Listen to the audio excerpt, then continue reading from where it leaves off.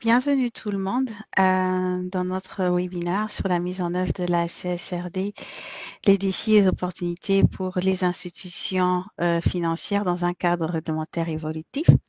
Alors, notre webinaire va durer 1 heure, mais avant de vous donner plus de détails, alors bien sûr, vous ne vous entendez pas, nous vous entendons pas puisque dans mesure de pouvoir garder un peu les échanges fluides, nous allons vous demander de nous poser vos questions au niveau du chat.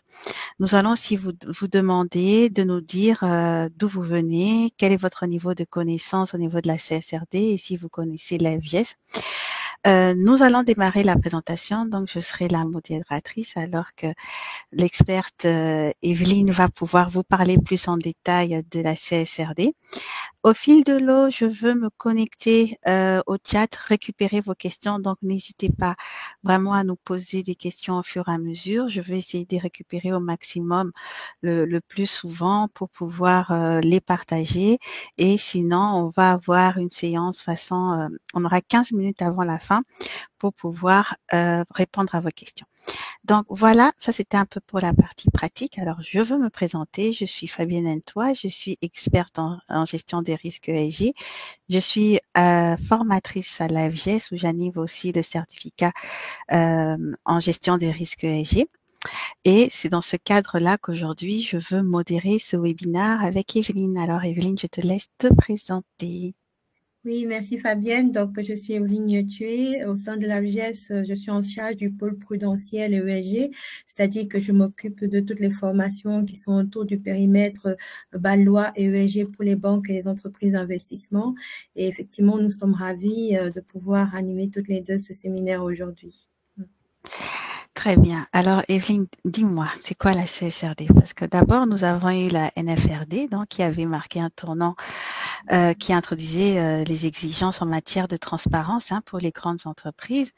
Et bien sûr, elle a démontré ses limites. Et aujourd'hui, nous sommes dans un manque ses limites en termes de manque d'harmonisation, d'incohérence, de manque de données, des difficultés de reporting. Et aujourd'hui, on nous parle de la CSRD. Alors, qu'est-ce que tu pourrais nous dire? Pourquoi, au fait, il y a eu le besoin de cette transition? Et puis surtout, quels sont les besoins aujourd'hui qui est attendu par rapport à la CSRD? Oui, tout à fait. C'est vrai qu'on a commencé avec la NFRD qui était une première bonne initiative pour demander aux entreprises de l'Union européenne de commencer à publier leurs informations sur la durabilité. Mais simplement, l'expérience a montré qu'elle avait des limites parce que déjà, les formats de publication étaient très variables en fait d'une entreprise à l'autre et aussi d'un pays à l'autre. C'est-à-dire que la transposition de la CSRD dans les différents pays et États membres de l'Union n'était pas homogène.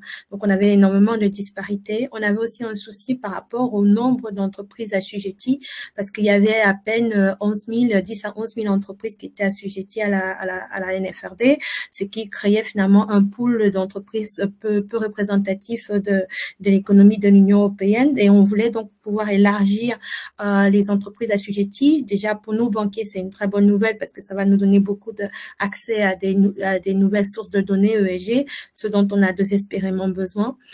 Donc, on estime qu'on a près de 72 000 entreprises qui seront à terme assujetties à la CSRD. Donc, ça, c'est quelque chose de très positif.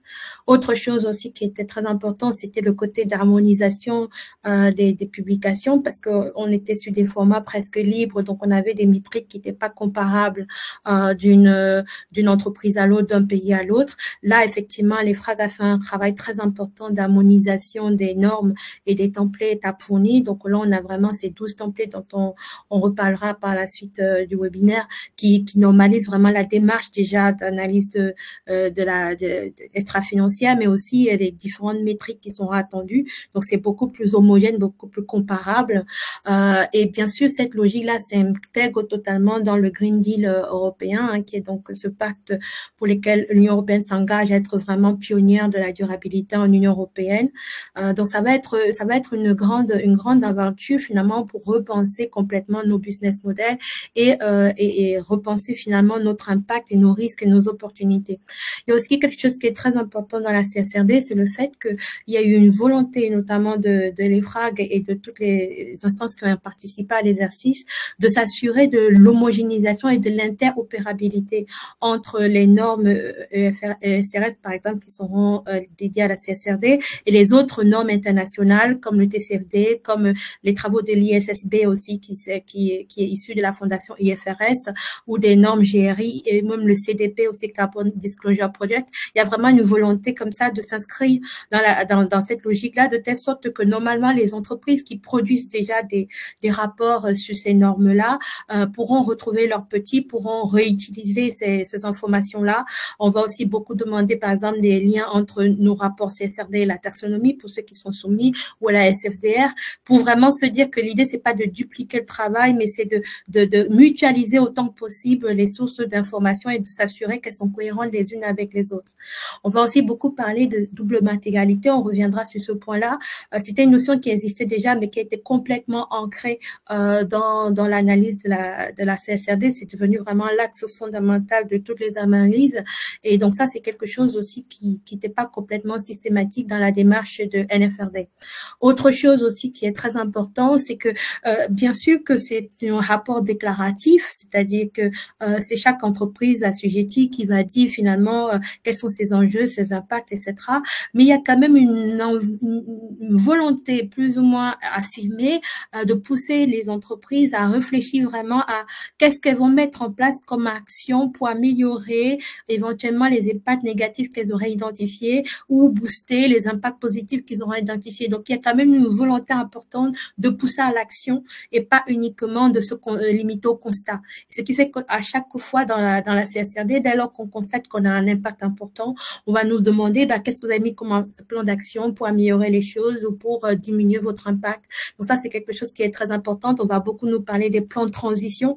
Bien sûr, le plan de transition climatique, mais pas que. Il y a une logique quasiment sur tous les thèmes de la durabilité. Il y aura cette volonté-là d'essayer d'améliorer les choses et on va couvrir tout le champ en fait de la durabilité, que ce soit l'environnement, le social ou la gouvernance. Et dernier point qui n'est pas neutre, c'est le fait que on va demander finalement qu'il y ait le recours systématique à l'OTI, le tiers indépendant, qui est une forme d'auditeur externe en matière de durabilité, qui va revoir ce que l'entreprise déclarante va produire. Et donc, il y aura comme ça une systématisation de ce recours à un tiers indépendant, ce qui n'est pas systématiquement le cas dans les autres tests réglementaires autour de la durabilité, même en Europe. Donc ça, c'est une vraie avancée qui va donner un confort supplémentaire. Bien sûr, on va commencer par un régime d'assurance limitée, donc on n'est pas encore sur quelque chose de très exigeant, mais d'ici 2028, par là, on va passer à l'assurance raisonnable. Donc il y a quand même une volonté de pousser les entreprises à pouvoir se rendre auditables. Donc ça, ce sont des éléments importants qui justifient pourquoi il fallait passer à la CSRD et ne pas se limiter à la NFRD. Très bien, Evelyne. Alors, j'aimerais un peu que nous puissions parler des institutions financières, parce qu'il est vrai aujourd'hui qu'elles jouent un rôle capital dans le financement de la transition vers une économie durable, mais ça n'en vient pas sans enjeu majeur au niveau de la banque, parce que déjà l'intégration des facteurs ESG dans leur gestion des risques, en sachant les limites aujourd'hui de la donnée, le fait qu'aujourd'hui les données soient peu fiables, peu comparables et qu'il y ait aujourd'hui les banques et comme les entreprises ont du mal aujourd'hui à faire un réel pilotage de performance en se basant sur les indicateurs ESG, au fait. Quels seront aujourd'hui, selon toi, est-ce qu'on peut considérer qu'aujourd'hui la CSRD pour les institutions financières est-elle une contrainte ou c'est-elle une opportunité?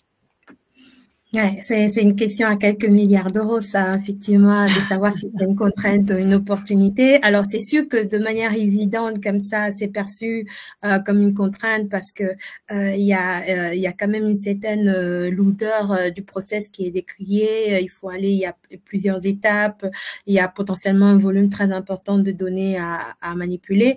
Donc, à court terme, comme ça, c'est perçu plutôt comme une contrainte. Mais justement, ce que on voudrait mettre ici en avant, c'est le fait que c'est aussi une opportunité. Et je pense que déjà le fait qu'ils aient parlé de régime d'assurance limitée et pas d'assurance raisonnable dès le début, ça montre bien que l'idée, c'est plutôt de mettre les entreprises en route à lancer un certain nombre de réflexions sur leur business model qu'elles n'avaient pas avant. Ça dit que ce serait un malentendu de prendre la CSRD comme un nouveau projet data où on va mouliner des informations en un peu de pouvoir. Ce qui est vraiment important, c'est la réflexion stratégique qui est à mettre en place par rapport à ça. Et vous allez voir que même dans les points de données, alors il y a toujours le fameux 1200 points de données potentiellement à produire, mais à vrai dire, dans la pratique, c'est pas tout le monde qui aura produit autant de données. On va peut-être être dans les 300 points de données, peut-être en cible, en moyenne. Donc, c'est pas tellement cette question de données à produire qu'il faut mettre en avant, c'est surtout cette réflexion stratégique. Il faut voir que qu'est-ce que nous dit la CSRD, elle nous demande de faire une analyse de double matérialité, on reviendra là-dessus, mais d'analyser les risques et opportunités et les impacts de notre activité sur le climat, sur le social, sur la gouvernance. Et donc, c'est aussi l'occasion de se rendre compte finalement de certaines poches de risque, certaines zones de risque qui sont peut-être dans un angle mort de notre compréhension de notre activité. Moi, je voudrais insister typiquement sur le carré, là, sur la réduction des risques financiers, la meilleure résilience de la banque. Parce que ce qu'il faut bien comprendre, c'est quoi? C'est que le risque, par exemple, de transition, le risque physique ces risques-là vont avoir des impacts très importants sur nos risques financiers habituels, que sont le risque de crédit, le risque de marché, le risque de liquidité et même les risques opérationnels, les risques de réputation. On voit qu'il y a un effet très amplificateur de ces risques-là. Et donc, quelque part, même s'il n'y avait pas de réglementation associée à la durabilité, la simple gestion des risques dans la banque impose de se poser les questions: est-ce que mon business model est résilient à ces risques-là? Parce que c'est quelque chose qui va arriver de toute façon. Donc, quelque part, il faut voir la CSRD comme un exercice qui nous pousse à nous asseoir et à nous poser des questions sur, finalement, quelles sont les poches de risque, les nouvelles zones de risque qu'on ne voyait pas avant et il faut nécessairement intégrer, et pas simplement le voir comme une contrainte, une nouvelle exigence à implémenter. Parce que de toute façon, réglementation ou pas, il aurait fallu qu'on traite le point de en quoi le risque climatique notamment va avoir un impact sur notre business model. Et de la même façon aussi, la CSRD nous pousse à réfléchir aux opportunités, parce qu'effectivement, dans cette histoire de risque-opportunité, de durabilité, il n'y a pas que des mauvaises nouvelles, il y a aussi des opportunités sur des nouveaux business models qu'on peut lancer. Il y a des banques qui sont très leaders actuellement sur l'émission de Green Bond ou l'accompagnement à l'émission de Green Bond, tous les autres produits financiers verts qui sont en fort développement actuellement. Donc, il y a certainement des nouvelles offres à prévoir. Il y a plusieurs banques aujourd'hui qui font des offres sur les prêts pour la rénovation énergétique des bâtiments ou le financement de voitures électriques. Donc ça, c'est des offres qui aujourd'hui trouvent un public qu'on n'aurait pas trouvé si on n'était pas dans cette ère-là de durabilité. Donc, il faut aussi le voir comme une opportunité. Beaucoup d'entreprises aussi, qu'elles soient financières ou pas, ont vu que en réfléchissant sur leur durabilité, elles ont pu faire des gains en termes de frais généraux parce qu'elles ont revu, par exemple, leur facture énergétique, ont revu leur consommation d'eau. Donc, il y a quand même des choses à aller chercher et pas uniquement le vivre comme une contrainte. Et encore une fois, ce n'est pas la CSRD qui crée la problématique, c'est le risque climatique qui crée la problématique, qui nous pousse à nous poser des questions sur notre business et en quoi est-ce que notre business peut avoir une faiblesse, finalement, une vulnérabilité par rapport à tout ce qui va arriver tel que le prévoit le GIEC. Et ensuite, maintenant, ce qui est important aussi à avoir en tête, c'est que c'est aussi un gage de finalement de l'image de marque de l'entreprise, de montrer qu'elle a vraiment pris à bras le corps la problématique de cette durabilité et qu'elle fait partie plutôt de la solution et non du problème. Et là, on va revenir sur cette question d'impact financier. Et un dernier point qui n'est pas des moindres, c'est que cette CSRD, parce qu'elle va abaisser les seuils d'entreprise assujetties, va permettre d'avoir un volume très, très important de données disponibles. Et tout le monde sait, et on l'avait déjà redit dans un autre webinaire avec mon collègue Yannick Lecotte, qu'effectivement, la question de la donnée était vraiment très, très, très cruciale et c'était le point le plus complexe probablement de la mise en œuvre de la durabilité actuellement. Et donc, la CSRD va nous permettre d'avoir un volume de données très important. Bien sûr, on a parlé des entreprises qui sont directement assujetties à la CSRD, mais comme on nous demande à chaque fois de faire des analyses sur la chaîne de valeur, on sait que les autres entreprises, même si elles ne sont pas directement assujetties, vont quand même être obligées de commencer à produire les données. Donc, on espère que l'écosystème des entreprises qui seront en train de réfléchir à leur durabilité va peut-être dépasser les 100 000 parce que justement, il y aura cet effet de domino là de sollicitation des différentes parties prenantes des chaînes de valeur. Donc, il y a quand même des bonnes nouvelles et de toute façon, la CSRD ne crée pas le risque, elle nous pousse juste à le formaliser. Bien sûr. Et quand on dit données, ça veut dire prise de décision. Et il n'y a pas de collecte de données ESG sans qu'il y ait une prise de décision derrière et sans qu'il y ait un responsable qui pourra monitorer ces risques. Et donc, ça nous ramène aussi à une question que nous avons eue sur le chat, parce que lorsqu'on parle de données aujourd'hui, on sait que tu as mentionné que la CSRD était auditable. Quel est aujourd'hui le rôle qui est supposé attendu par les auditeurs aujourd'hui déjà en termes de formation, qu'aujourd'hui, que ce soit les auditeurs, que ce soit les CAC, les audits internes, quels sont les rôles aujourd'hui qui peuvent jouer par rapport à ces enjeux et surtout peut-être les besoins de formation qui pourraient en découler? Alors, c'est un point crucial. Par exemple, nous, quand nous, à l'AVS, en fait, on forme aussi les auditeurs internes des banques et il y a quelque chose qu'on leur demande, on leur dit systématiquement, c'est que le thème de l'ESG doit être un thème récurrent des missions d'audit interne. Comme on a tout le temps, par exemple, les thèmes de compliance ou des thèmes sur la compta, ce sont des thèmes qui sont récurrents, quelle que soit la mission. Pareil, là, on va avoir le thème de l'ESG parce que quel que soit le sujet d'audit, il y a toujours une dimension ESG par rapport à ça. Donc, notre recommandation par rapport aux auditeurs internes, c'est vraiment de systématiser l'inclusion de ce thème ESG là dans l'émission, quel que soit le périmètre audité ou le sujet audité, parce que ce soit l'IT, il y a le Green IT, que ce soit la compta auditée, on a la compta durable. Si c'est le commercial, on a intégration de l'ESG dans la stratégie de commerciale, d'octroi de crédit, d'investissement, etc. Aujourd'hui, on ne voit plus quel thème dans la banque peut considérer qu'il n'est pas corrélé à une dimension ESG. Et en même temps, on va demander aussi aux auditeurs internes de mettre en place aussi dans le plan d'audit des missions transversales ESG qui vont regarder un peu le déploiement global de la démarche ESG dans la banque en parallèle des missions où on intègre l'ESG quel que soit le sujet. Et donc ça pousse effectivement à avoir un besoin de formation important qui va largement au-delà de la connaissance générale, parce qu'on voit par exemple il y a beaucoup d'entreprises qui vont faire des petites sessions e-learning de 20-30 minutes pour donner une espèce de coloration sur l'ESG. Là, il faut vraiment comprendre que là, on est en train de changer de business model, donc il faut prendre le temps de se former. Parce que c'est pas pour rien qu'on a finalement, par exemple, à l'AGES, lancé ce certificat de 20 jours où on a des thèmes sur la politique d'octroi de crédit, sur l'intégration de l'ESG dans le pilier 1, dans le pilier 2, dans le pilier 3 avec, on parle des stress tests climatiques. Il faut vraiment prendre le temps de se former là-dessus et pour vraiment comprendre comment tout notre dispositif réglementaire et prudentiel est impacté par l'ESG. Il faut bien avoir en tête qu'avec la CRA3 et la CRD6 qui rentrent en vigueur là, on a tous les 3 piliers de la réglementation bâloise qui sont remis en cause par l'ESG. Donc, il faut prendre le temps de se former. On s'est donné à cœur d'avoir un catalogue assez fourni. On a près de 40 formations en ligne actuellement sur l'ESG pour donner justement la possibilité à chacun d'avoir ces éléments-là. Et bien sûr, comme vous avez mentionné, la CSRD vient casser un peu les cloisons en termes de reporting, hein, puisqu'à un moment, aujourd'hui, on va voir que ce soit au niveau du pilier 3, au niveau de la taxonomie, au niveau du rapport de sustainability, au niveau de net banking, net zero banking alliance. Ça veut dire qu'aujourd'hui, il doit avoir une cohérence dans le reporting bancaire, soit en termes déjà d'exposition, hein, avec aujourd'hui le risque de transition, les risques physiques, mais pas que, puisqu'aujourd'hui, on va voir au-delà des objectifs environnementaux, il y a aussi des autres risques qui vont arriver, hein, avec la dimension SEG.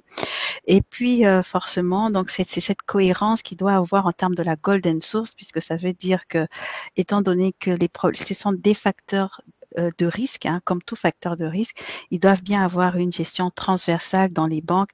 Et c'est ça tout l'enjeu aujourd'hui opérationnel et même pour les auditeurs, de pouvoir fiabiliser cette piste d'audit qui va faire que d'un bout, que ce soit la politique de gestion, que ce soit les politiques d'investissement, que tout le monde ait la même information et que les décisions sont prises.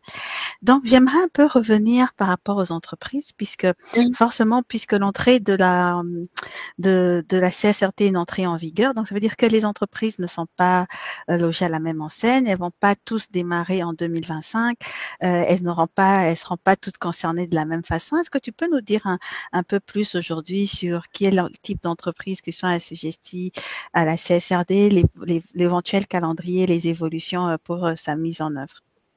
Tout à fait. Ils ont prévu une logique de phasing, c'est-à-dire que c'est pas tout le monde qui rentre en vigueur en même temps.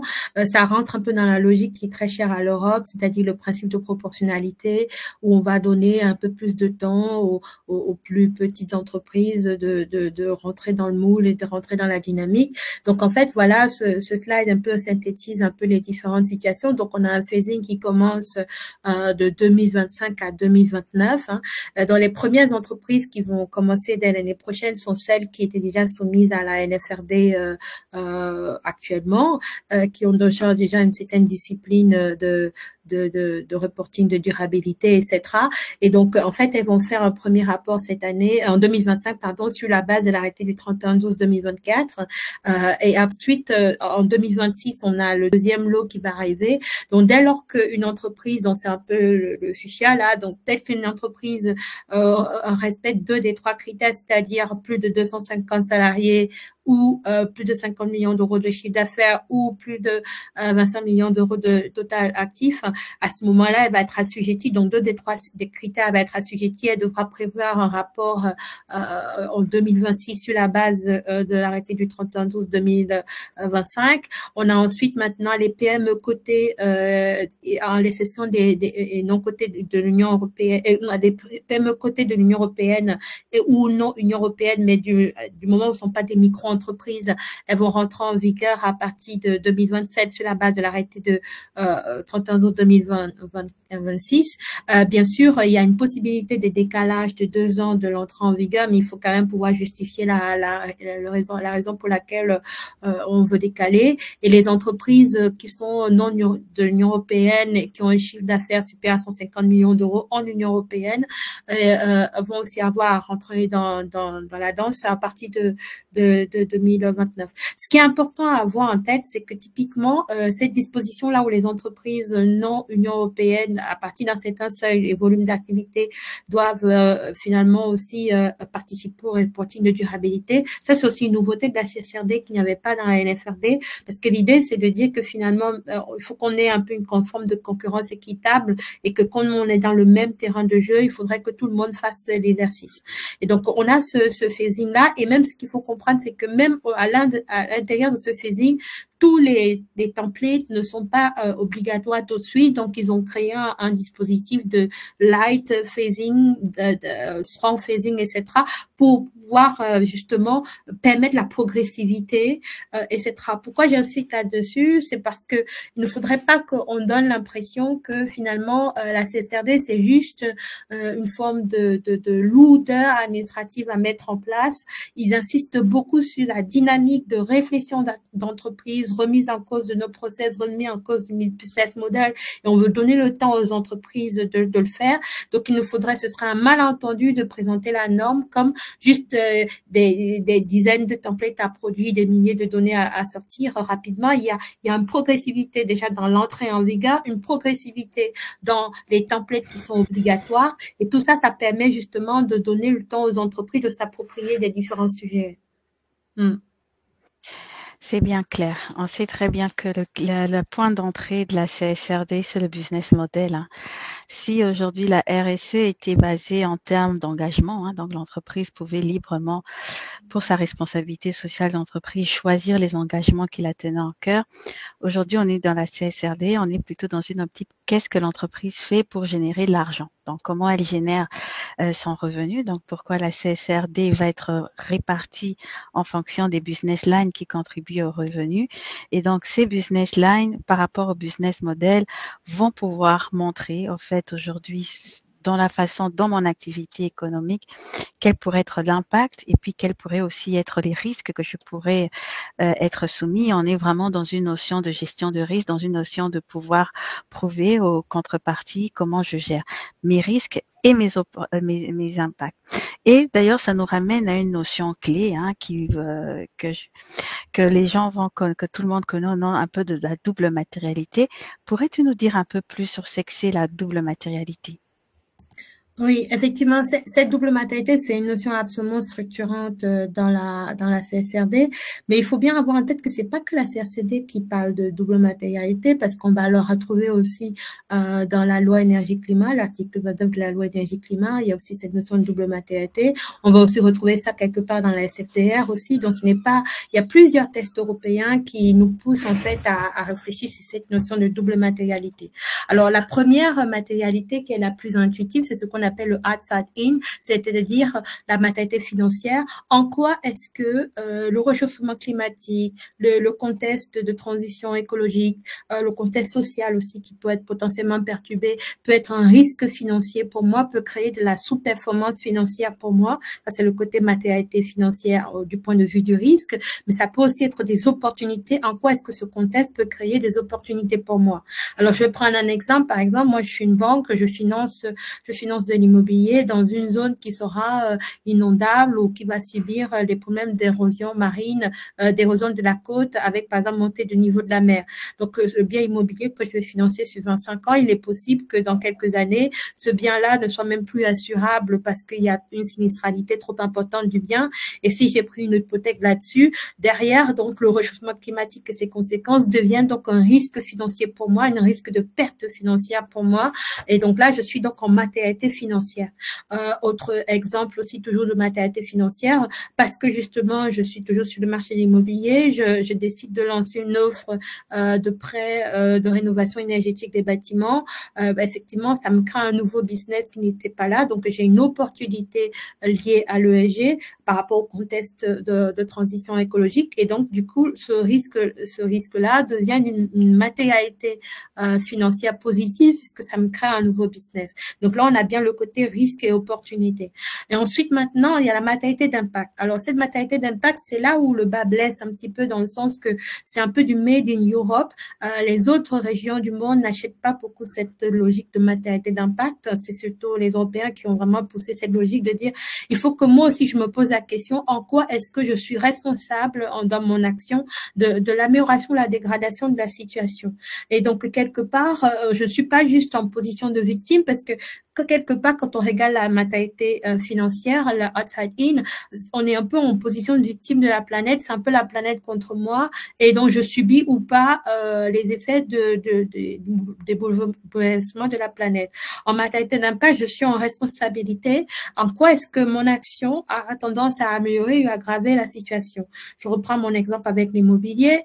Je finance un bien qui est dans une zone. Je finance par exemple un parc de où je dois créer des lotissements dans des zones où il y avait des mini-forêts, même si elles n'étaient pas complètement vierges, à ce moment-là, par mon projet, je peux créer de l'artificialisation des sols, je peux transformer des terres, des mini-forêts en terres bétonnées, et donc derrière, je vais donc créer un problème sur la biodiversité, je vais créer un problème de transformation de terres qui avaient une capacité d'absorption du CO2 en terres finalement qui vont peut-être potentiellement rejeter. Et donc à ce moment-là, effectivement, j'ai une matérialité d'impact parce que mon action a tendance à aggraver la situation à la fois du climat et de la biodiversité.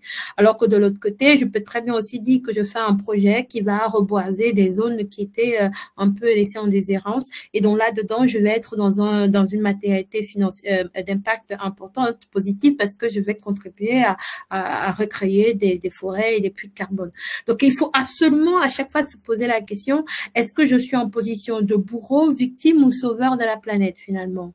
Et donc, c'est quelque part, et ça, c'est un dispositif qui marche bien sûr pour le climat, mais ça marche aussi sur du social, ça marche aussi sur de la gouvernance, et de manière systématique dans la CSRD, on va toujours nous demander de nous poser cette question-là.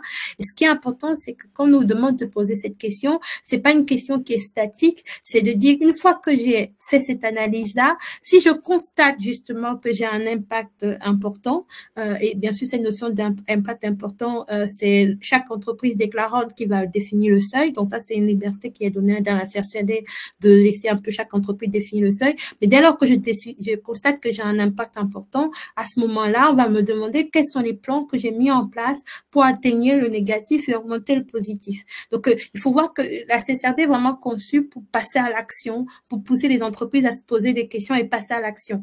Là, par exemple, dans ce slide, vous voyez les fameux 12 templates là, des CRS qui sont dans les templates qui vont devoir être produits dans le cadre de la CSRD. Donc, on a les 2 premiers templates qui sont un peu obligatoires à produire systématiquement, qui sont un peu ce qu'on appelle secteur agnostique, c'est-à-dire que indépendamment du secteur dans lequel on est, on va devoir publier ces infos-là. Et après, on a les templates dédiés au climat, à l'environnement, au social, à la gouvernance. Si vous regardez, par exemple, les templates dédiés au climat, on a des thèmes sur le climat, donc notamment les empreintes carbone, etc., la pollution, la protection de l'eau, des ressources marines, la biodiversité, l'économie circulaire.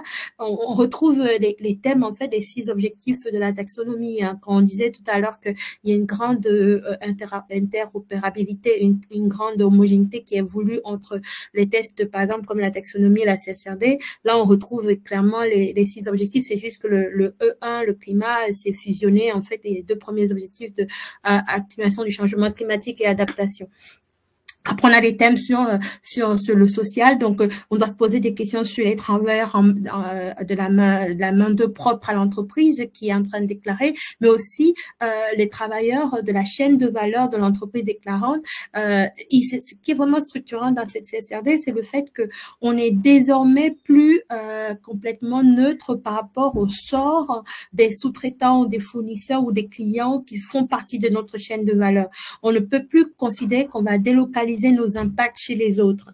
Donc, je suis responsable de la matérialité d'impact ou la matérialité financière quelque part des parties prenantes de ma chaîne de valeur. Donc, je ne peux pas délocaliser ma pollution, je ne peux pas délocaliser mon impact sur l'eau, je ne peux pas délocaliser mon impact sur le social. Et donc, je dois me poser la question, est-ce que mes fournisseurs, mes sous-traitants traitent bien leurs collaborateurs? Donc, ça, c'est quelque chose, et ça va pousser en plus plus loin avec ce qu'on appelle le devoir de vigilance dans la CSDDD qui va rentrer bientôt en vigueur. Donc, le test a été voté cette année, qui va encore plus loin dans la logique en nous posant la question, est-ce que j'ai mis en place des due diligence raisonnables pour savoir exactement comment ça se passe chez mes sous-traitants, chez mes fournisseurs, chez mes clients, quel est leur impact positif ou négatif sur le climat, sur le social, etc. Et donc, on nous pousse à nous poser tout un tas de questions qui n'étaient pas forcément dans nos radars au départ, mais qui sont extrêmement structurantes pour comprendre vraiment notre business model et les poches de risque ou opportunités ou d'impact. Très bien. Et d'ailleurs... oui, vas-y. Peut-être un dernier point, effectivement. Mhm. Ici, c'est ce point-là où on résume justement cette histoire de plan de transition. Là, on a pris le cas pour le plan de transition climatique, mais il faut comprendre que finalement, le plan de transition, il sera un peu généralisé sur la biodiversité, sur l'eau, sur la pollution, etc. C'est qu'à chaque fois, on va nous demander finalement rouvrez vos bilans finalement et posez-vous la question, quels sont les clients aujourd'hui qui sont déjà dans une trajectoire, par exemple, de décarbonation, si on prend le plan de transition climatique, et qu'est-ce qu'on va faire comme action pour pouvoir finalement les soutenir dans cette démarche-là. Donc, c'est un peu ce qu'on a appelé le boost ici, c'est-à-dire que la banque, et parce que nous, on est surtout, nos interlocuteurs sont surtout des banquiers, mais ce serait pareil pour une autre entreprise. On va s'engager à s'engager. On va s'engager en disant, voilà, nous soutenons massivement certains clients qui sont déjà dans des trajectoires de décarbonation, qui sont déjà dans des business models qui sont compatibles avec un environnement de durabilité. Et donc, on va s'engager à s'engager. Ça, c'est le boost. Et maintenant, on a d'autres clients qui ont commencé la décarbonation ou qui ont un potentiel de décarbonation, mais qui sont encore loin de la cible net zéro target de 2050. Et cela, on va mettre en place des mesures d'accompagnement, on va faire de la sensibilisation, et on va aussi retravailler sur la politique tarifaire pour avoir des tarifs, par exemple, plus intéressants pour les clients verts par rapport aux tarifs des clients bruns, pour les pousser à décarboner. Donc, c'est un peu ça la stratégie de coaching, quoi. Tous les clients qui auront un potentiel de décarbonation, de durabilité d'une manière générale, on va les pousser à décarboner en les accompagnant dans la démarche. Et bien sûr, on ne pourra pas échapper à un moment donné à une partie aussi d'exclusion pour les clients pour lesquels le business model n'est pas compatible à une trajectoire de durabilité et de décarbonation. Et donc, dans ce cas-là, on va aussi s'engager à se désengager. Et si vous regardez finalement toutes les communications qu'on va devoir faire, que ce soit sur le climat ou sur la biodiversité ou sur l'eau ou quoi que ce soit, à un moment donné, on va retrouver les trois axes là, coach, boost, exclude. Qu'est-ce que je vais booster? Je m'engage à m'engager. Qu'est-ce que je vais exclure parce que ce n'est plus compatible avec cette activité-là? Et qu'est-ce que je vais finalement accompagner activement pour pouvoir permettre l'amélioration? Il faut bien comprendre que si la transition consistait à ne financer que ceux qui sont déjà sur la bonne trajectoire, en fait, il n'y a pas de transition parce qu'à ce moment-là, il va rien se passer. Donc, le gros du travail, ça va être notamment sur cette trajectoire coach-là, de pousser les entreprises qui ont déjà un potentiel de durabilité non suffisamment exploité à décarboner, à améliorer leur process, etc. Et donc, ce travail sur la chaîne de valeur va nous permettre d'identifier ces potentiels-là et de définir des stratégies d'entreprise compatibles avec ça. Et d'ailleurs, en parlant de stratégie d'entreprise, on sait très bien qu'en tant qu'entreprise, il y a deux choses clés qui vont être pertinentes. C'est comment l'entreprise va faire l'argent et comment je vais le perdre. Et aujourd'hui, dans cette notion PNL, Profit and Loss, comprendre tous les facteurs endémiques qui peuvent aujourd'hui soit m'emmener à faire de l'argent, soit emmener à les perdre, je dois aussi prendre en considération ces facteurs qui, en amont, d'une façon ou d'une autre, c'est pour ça qu'à un moment, quand on parle de la double matérialité, ça fait qu'à un moment, en termes de bonne gestion, je suis obligée de comprendre mon environnement et maîtriser mon business. Parce que peut-être la pollution des sols, si je suis agriculteur, si peut-être ça m'intéresse pas dans la mesure qu'il n'y a pas une réglementation qui m'interdit de le faire ou qui m'interdit d'utiliser certains produits ou pas. Par contre, l'approvissement des sols qui va en résulter va faire que je veux perdre en termes de rendement. Et donc, ça veut dire qu'il y a cette notion, c'est comme des vases communicantes où je veux générer moi-même parfois des situations qui demain vont être des risques et qui demain, à court terme, certes, vont apparaître comme étant bénéfiques, mais qui, dans un long terme, dans un moyen terme, forcément va générer des impacts, des effets négatifs qui va forcément se retourner vers l'entreprise. Donc, effectivement, dans la stratégie, il est très important de pouvoir le prendre, de comprendre tout justement ces enjeux dans la capacité aujourd'hui de l'entreprise à générer des cash flows et surtout, tout ce qui est les risques opérationnels. Evelyne on en a parlé aussi, des risques opérationnels, les risques de réputation, les risques de réglementation qui, à une façon ou à une autre, viendront aussi aussi peser de plus en plus sur l'entreprise. Et Tout à fait. d'ailleurs, si on va passer au niveau de ISRS, puisque quelque part, ces ISRS vont nous demander peut-être de bien comprendre mon contexte dans lequel j'évolue, quelles sont mes parties prenantes, avec une analyse d'impact, de risques et opportunités. Pourrais-tu nous dire un peu plus aujourd'hui sur la mise en œuvre de ISRS? Oui, effectivement, là, on a proposé ici une forme d'échéancier et d'étapes. Il faut voir que l'EFRAG a fait énormément de documents méthodologiques donc qui sont disponibles sur le site de l'EFRAG pour donner la vision de comment mettre en œuvre une double matérialité, comment mettre en œuvre une analyse de la chaîne de valeur. Il y a aussi pas mal de FAQ aussi de questions-réponses qui sont prévues par l'EFRAG. La Commission européenne aussi a fait plusieurs questions-réponses. L'AMF aussi propose des éléments.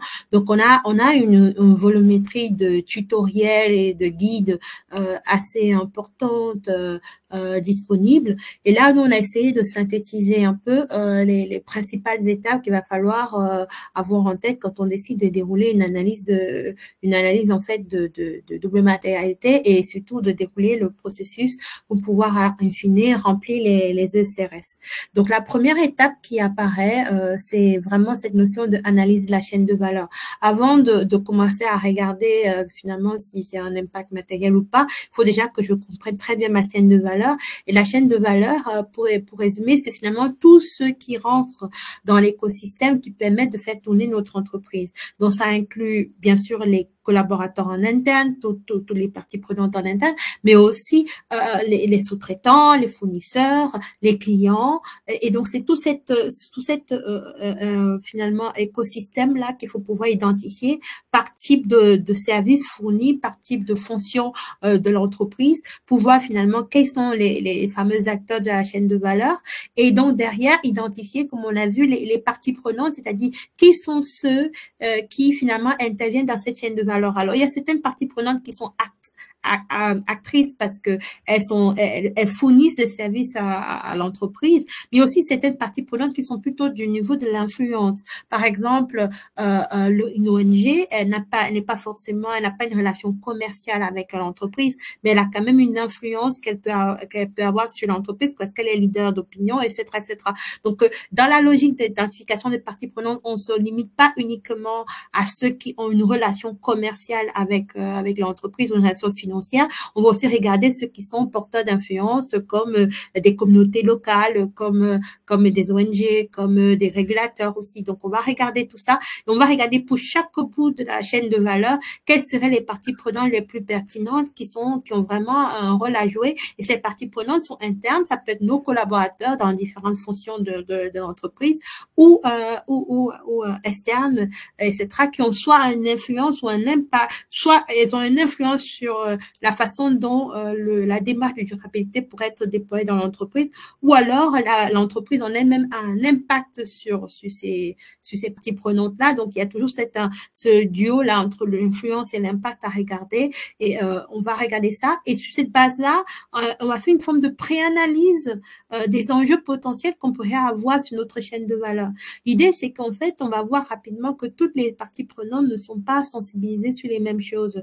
Donc, on va voir par exemple les parties prenantes comme les collaborateurs qui peuvent être sensibilisés sur les politiques RH de l'entreprise et peut-être d'une manière générale sur les engagements de durabilité transversaux de l'entreprise, alors que par exemple les régulateurs vont être peut-être plus sur l'analyse de risque-opportunité, etc. Donc, il faut qu'on cible finalement selon le type de partie prenante quels sont les enjeux qu'il pourrait y avoir. Donc, on va faire une première identification des enjeux et un premier ciblage en fait de ces enjeux-là. Ensuite, maintenant, ce qui va se passer, c'est que une fois qu'on a fait ça, on va aussi demander de prioriser les parties prenantes parce que si jamais on se rend compte qu'on a 6 millions de clients, 15 000 consultants, fournisseurs potentiels, c'est pas forcément qu'on va aller interroger chacun. Donc, il faut qu'on trouve une métrique, une forme de scoring interne en fait des parties prenantes pour savoir finalement lesquelles il faut absolument interroger parce qu'elles ont, par exemple, elles ont peut-être un poids très important dans l'entreprise parce que c'est par exemple les principaux fournisseurs ou des fournisseurs investisseurs clés, où elles ont un poids très important parce que elles sont très leaders d'opinion, où on a l'entreprise elle-même a un impact très important là-dessus. Donc, il faut qu'on définisse une forme de scoring influence impact qui permettra de cibler les parties prenantes qu'il faudra absolument interroger dans notre démarche. Il faut voir que quand je dis absolument interroger, je pèse mes mots parce que dans la CSRD, explicitement, on ne dit pas qu'il est obligatoire d'interroger les parties prenantes, mais c'est très, très, très, très, très fortement conseillé. Donc, finalement, c'est une pseudo-obligation, même si dans les tests, c'est pas dit exactement comme ça. Donc, on va nous demander, une fois qu'on a ciblé ces parties prenantes, on va donc construire finalement des questionnaires ciblés pour chacune de ces parties prenantes pour demander par rapport aux enjeux qui sont pertinents pour ces parties prenantes, qu'est-ce qu'elles en pensent. Et l'idée derrière, pourquoi est-ce qu'on a besoin de solliciter les parties prenantes, c'est parce qu'ils ne veulent plus des stratégies d'entreprise qui se définissent un peu en chambre, en boîte noire, où on a la direction générale qui décide tout sans demander, que ce soit aux collaborateurs ou aux parties prenantes externes, qu'est-ce qu'elles en pensent. Ils veulent que ce soit, on fasse une forme d'inclusion de toutes ces personnes-là qui ont soit une influence sur l'entreprise ou sont impactées par l'entreprise, qu'elles aient leur mot à dire en fait sur la trajectoire et la stratégie que l'entreprise est en train de prendre. C'est pour ça que c'est très fortement conseillé d'avoir cette interrogation des parties prenantes là. Alors cette interrogation peut se faire sous plusieurs formes. Hein. Ça peut être des sondages qu'on peut lancer par rapport au questionnaire qu'on a fait. Ça peut être selon les cas, on peut créer des tables rondes, créer des entretiens plus ou moins individuels avec les parties prenantes pour les solliciter. On peut avoir plusieurs canaux de contact en fait pour pouvoir récupérer ces infos-là. Et une fois qu'on a donc récupéré toutes les infos, les retours des parties prenantes, on a aussi nous-mêmes la pré-analyse interne de l'entreprise. Là, on va rentrer dans le dur, dans l'analyse finalement risque, opportunité et impact. Et donc dans la partie risque, par exemple, on va nous demander de dérouler plusieurs scénarios de risques qui peuvent impacter, que ce soit des risques, scénarios de risque physique ou de transition ou des risques sociaux. Et à chaque fois, dans la CSRD, on va nous demander de regarder le risque actuel, mais aussi regarder le risque potentiel futur. Donc, il ne faut pas se limiter uniquement à ce qu'on voit. Il y a quelque chose qui est très important dans la CSRD, c'est que, et dans le risque ESG d'une manière générale, c'est que c'est un risque extrêmement prospectif.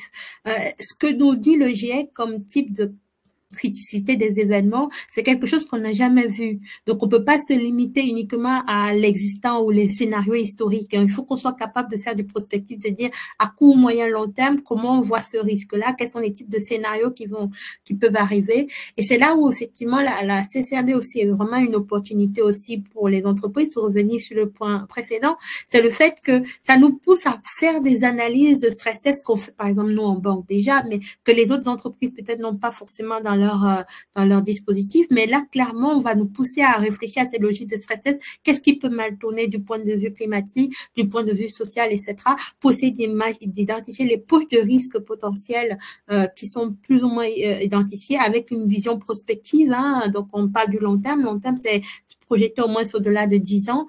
Et pareil aussi, regarder quelles sont les opportunités qu'on pourrait avoir et les impacts.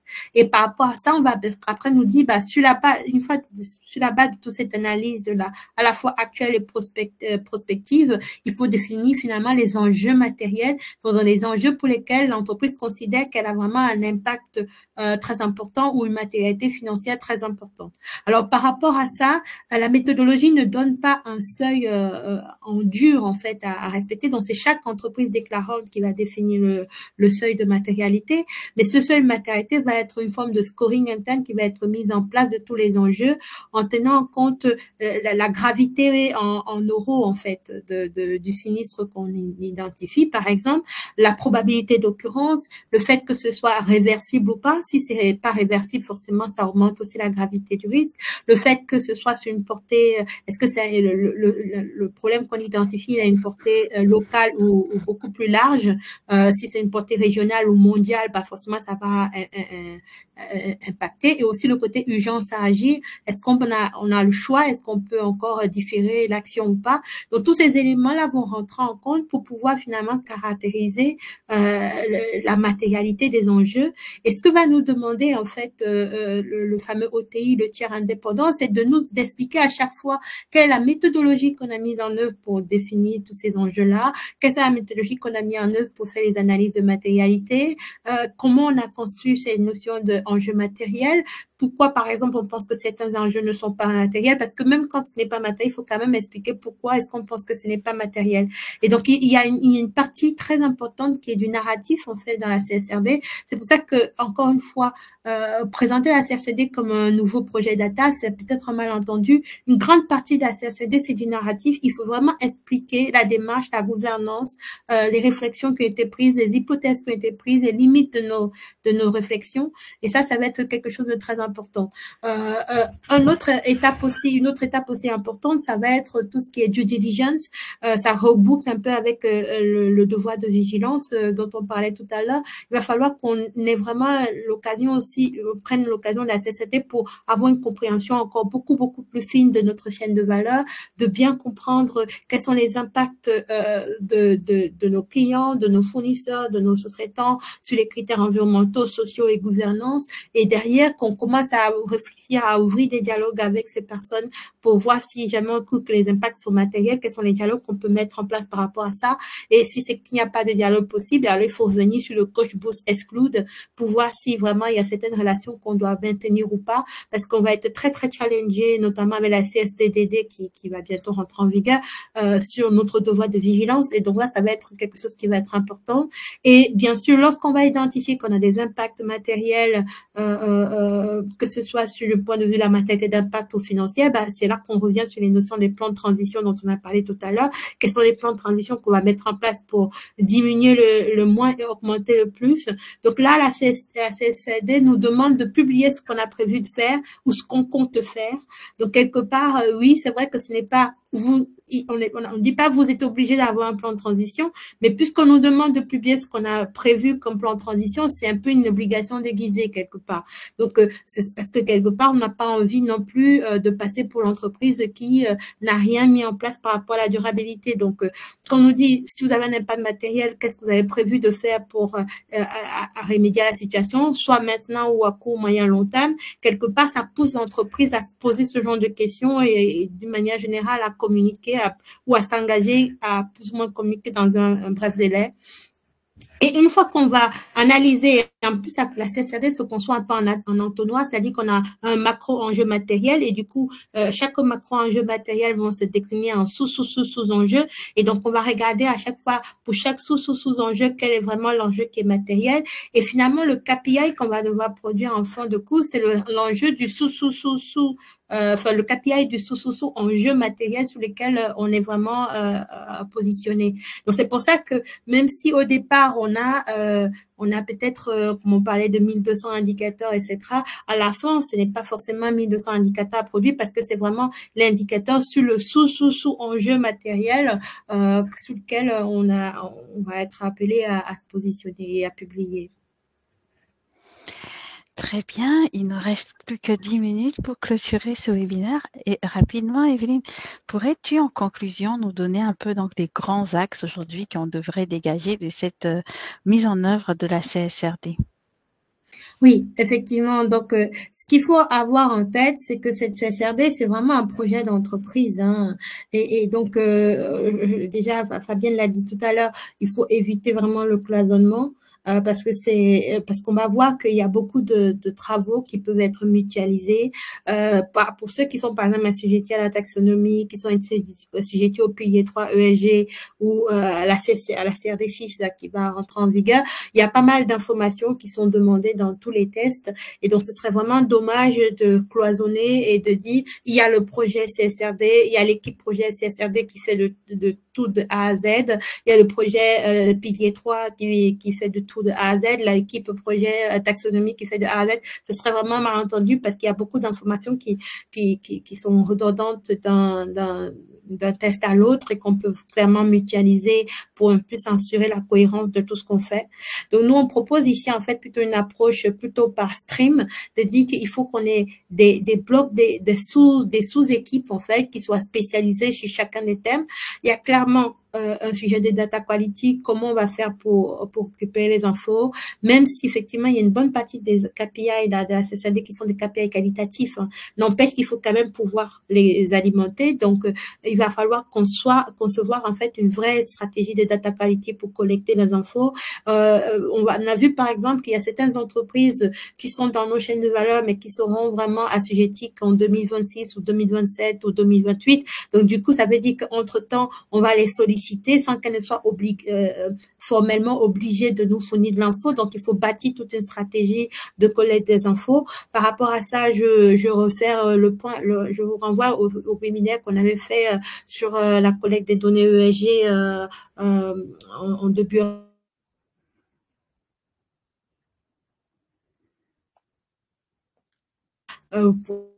Il y a aussi une dimension data qui est très importante dans la CSRD, parce que une dimension par exemple outil qui est très important dans la CSRD, parce que on va voir qu'on a beaucoup de nouvelles métriques qui vont rentrer dans les systèmes. Ce n'est pas sûr que les systèmes d'information soient suffisamment calibrés et paramétrés pour pouvoir absorber ces nouvelles volumétries d'informations là. Donc il va falloir aussi qu'on se pose la question si il y a besoin de faire des développements systèmes supplémentaires et s'il y a besoin de revoir nos outils. Donc là aussi il y a un stream important là-dessus. Il y a le stream de l'appropriation des templates. Alors, comme je vous ai dit, les FRAG a fait énormément de tutoriels, de guides, etc. Mais il faut prendre le temps de s'approprier. Pour chacun des templates, il y a des petites subtilités, etc. Donc, il faut prendre le temps d'avoir une équipe qui maîtrise ces templates-là et qui travaille sur ce qu'on appelle l'interopérabilité, c'est-à-dire de s'assurer que, par exemple, les informations de la taxonomie sont clairement identifiées dans les templates, les informations de la SFDR, des informations produites par le CDP ou ISSB. Donc, il faut vraiment avoir des équipes qui maîtrisent vraiment les templates avec leur subtilité et qui ont cette vision transversale là de la cohérence de ces templates avec les autres templates des autres tests auxquels la banque peut potentiellement être soumise. Il y a une autre équipe aussi qui va travailler sur tout ce qui est contrôle de second niveau de tout ce qui va être produit, parce que il faut vraiment de la gouvernance. Et donc ça, c'est quelque chose qui va être vraiment très demandé, de s'assurer que voilà, il y a une gouvernance et que ce soit pas quelque chose qui soit fait en chambre où il y a une équipe qui a tout fait toute seule sans avoir justement tous les niveaux de validation. Donc il faut une équipe de contrôle de second niveau et une équipe aussi en charge de tout ce qui est relation avec les OTI. Donc, ce qui est recommandé, c'est de contractualiser avec un OTI, donc cette espèce de commissaire aux comptes de durabilité là, qui est un contrat assez tôt dans le process pour bien comprendre aussi sa façon de réfléchir, ses attentes, etc., pour pouvoir aussi s'assurer que on va être conforme à ses attentes, parce qu'ils vont beaucoup regarder l'adéquation de la méthodologie qu'on a suivie, de la gouvernance qu'on a appliquée dans leur audit. Donc c'est pour ça que c'est important de tout de suite, le plus tôt possible, d'écouter ce tiers indépendant pour comprendre sa façon de réfléchir et ses attentes, et s'assurer que les démarches qu'on est en train de déployer sont consistantes avec ses attentes. Donc il y a un stream par rapport à ça. Il y a un stream par rapport aussi à la prévention du greenwashing. On dit, hein, la Commission européenne dit que 53% des informations des entreprises en Union européenne, c'est du greenwashing, et c'est plutôt une hypothèse basse.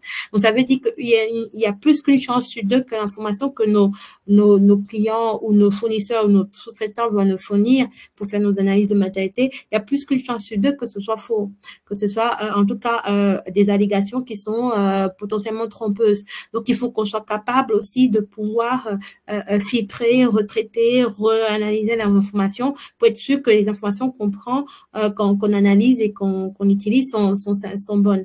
Et de la même façon, nous aussi, on a notre propre risque de greenwashing, c'est-à-dire que puisqu'on a tendance à vouloir montrer qu'on a fait des efforts en matière de durabilité, le risque, c'est que nous aussi, on embellisse un peu la mariée. Donc, c'est important aussi qu'on fasse attention à la façon dont on formule tous nos tableaux, tous nos analyses, toutes nos rédactions, pour que ce ne soit pas qualifiable de greenwashing par la suite.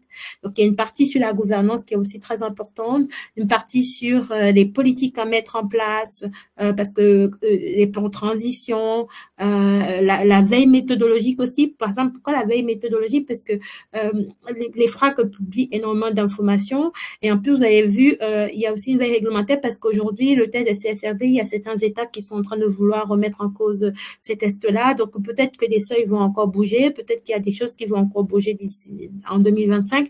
Donc, il faut aussi rester en veille réglementaire pour savoir si les règles du jeu sont en train de bouger ou pas, parce que il y a certains qui font une levée de bouclier sur le fait que ça fait une lourdeur administrative importante. Donc, du coup, il faut rester en veille par rapport à ça et de voir si les FRAC a fait des nouvelles normes. Par exemple, là, il y a des normes volontaires pour les petites entreprises qui sont sorties très récemment. Donc, ça veut dire que ça, par exemple, pour l'entreprise qui sait pas trop comment, la petite entreprise qui veut commencer à publier mais qui sait pas trop comment faire, elle peut s'appuyer sur les nouvelles normes volontaires qui sont sorties. Il y a des streams par rapport aux relations avec les parties prenantes pour s'assurer effectivement que on a bien identifié les parties prenantes qui comptent, qui ont de l'influence, qui ont de l'impact, sur lesquelles on a un impact et qu'on ouvre ces dialogues-là et que bien sûr, il faut bien comprendre que c'est pas quelque chose de one shot, c'est-à-dire que le dialogue avec les parties prenantes, c'est pas uniquement pour les besoins du reporting de CSRD, c'est quelque chose qu'on va ouvrir, c'est un dialogue continu et on va se nourrir progressivement de tous les feedbacks pour ajuster au fur et à mesure notre stratégie. Il y a les streams sur la production des KPI qui sont importants, la stratégie, le risk management, etc. Donc voilà, on propose en fait cette approche-là plutôt transversale et non pas une approche qui soit trop silotée. Ok, nous arrivons à la fin de ce webinaire, donc il nous reste plus que 2 minutes. On a une dernière question dans le chat, mais malheureusement le temps nous est compté pour pouvoir y répondre. En tout cas, on fera de notre mieux pour le prendre en compte dans nos prochains webinaires. Nous vous remercions sincèrement pour votre attention pour ce webinaire et déjà nous pouvons vous annoncer 2 autres webinaires qui vont arriver très prochainement sur le 10 décembre sur le contexte réglementaire lié à l'intelligence artificielle et évidemment le 13 décembre sur la biodiversité en crise, donc défis, pression et dépendance des institutions financières face à ces enjeux cruciaux. En tout cas, je vous remercie sincèrement pour l'attention que vous avez portée à ce webinaire. Nous restons bien évidemment à votre disposition au sein de l'AFGS, donc n'hésitez pas à nous contacter par email pour pouvoir poursuivre cette discussion avec vous et nous essayerons pour les questions qui n'ont pas pu être répondues là maintenant, les faire une prochaine fois. Bonne soirée tout le monde et à très bientôt. Merci, au revoir, c'était un plaisir. Merci, au revoir.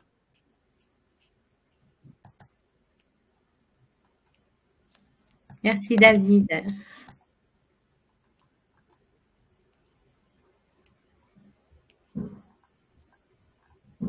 Merci.